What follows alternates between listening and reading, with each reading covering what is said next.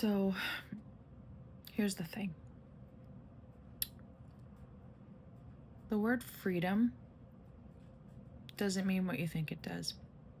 It's one of those words that has evolved over time.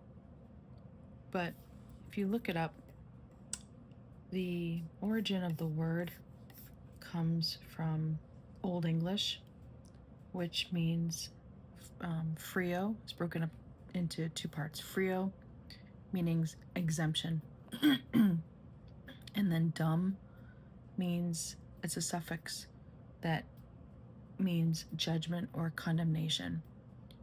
So that you put it together, it's exemption for condemnation or judgment.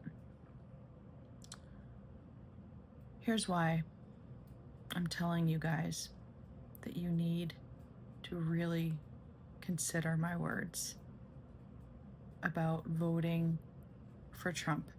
Hear me out. One of the biggest issues that we have in our country is the pro-life, pro-choice. And when I look and I see Kamala Harris's campaign and little girls holding up signs that say freedom,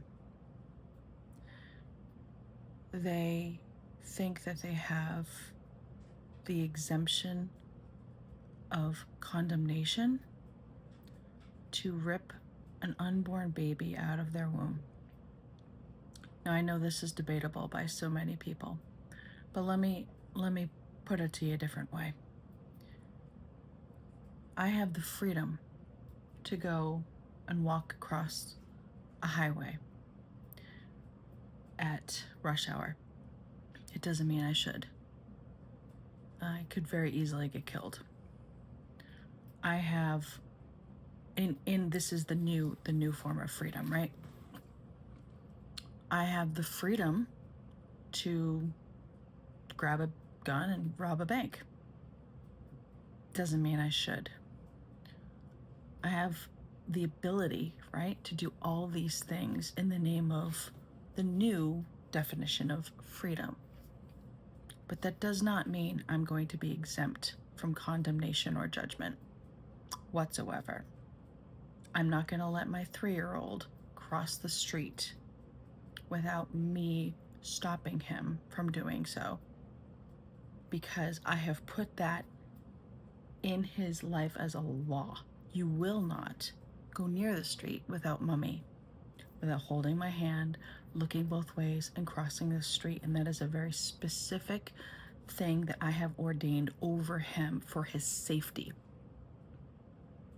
God Almighty is the maker and the one who is the only one who creates our morals.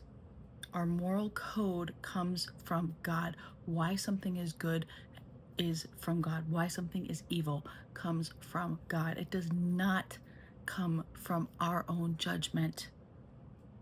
You can't possibly think that you know everything that there is to know about what is good for you, because you are a human being. I heard a pastor once say, live a little longer and you're going to want somebody older than you and wiser than you telling you what you should be doing and which way that you should be going. I have friends who are so extremely broken because of abortion. One person in particular is very, very close to me, and she is not exempt from condemnation. The condemnation comes from herself.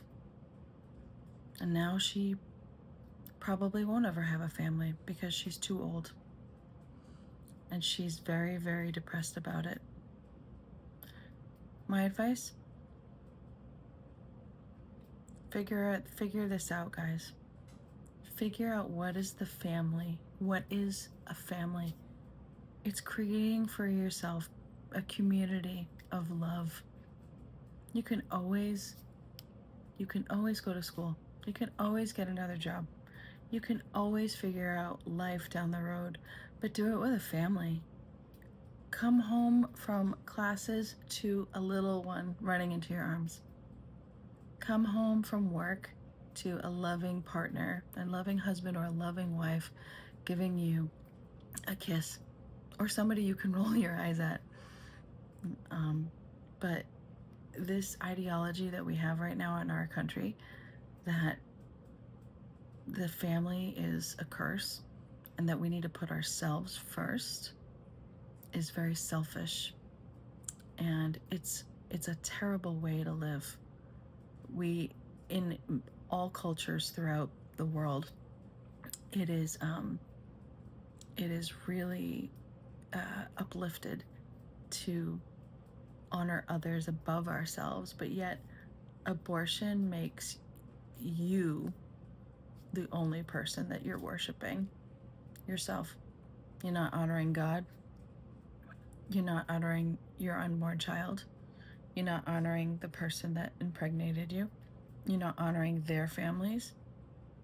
You're not honoring your extended family. I wish right now that that special person in my life made different decisions, because I would get to benefit from that little one that's not with us anymore. I hope someday I can meet him or her in heaven. This election is not about, it's not about character of people. I know that Trump's not perfect, but he is trying to do the right thing by God. And I pray that somehow our country will get back in touch with the Lord and do what's right.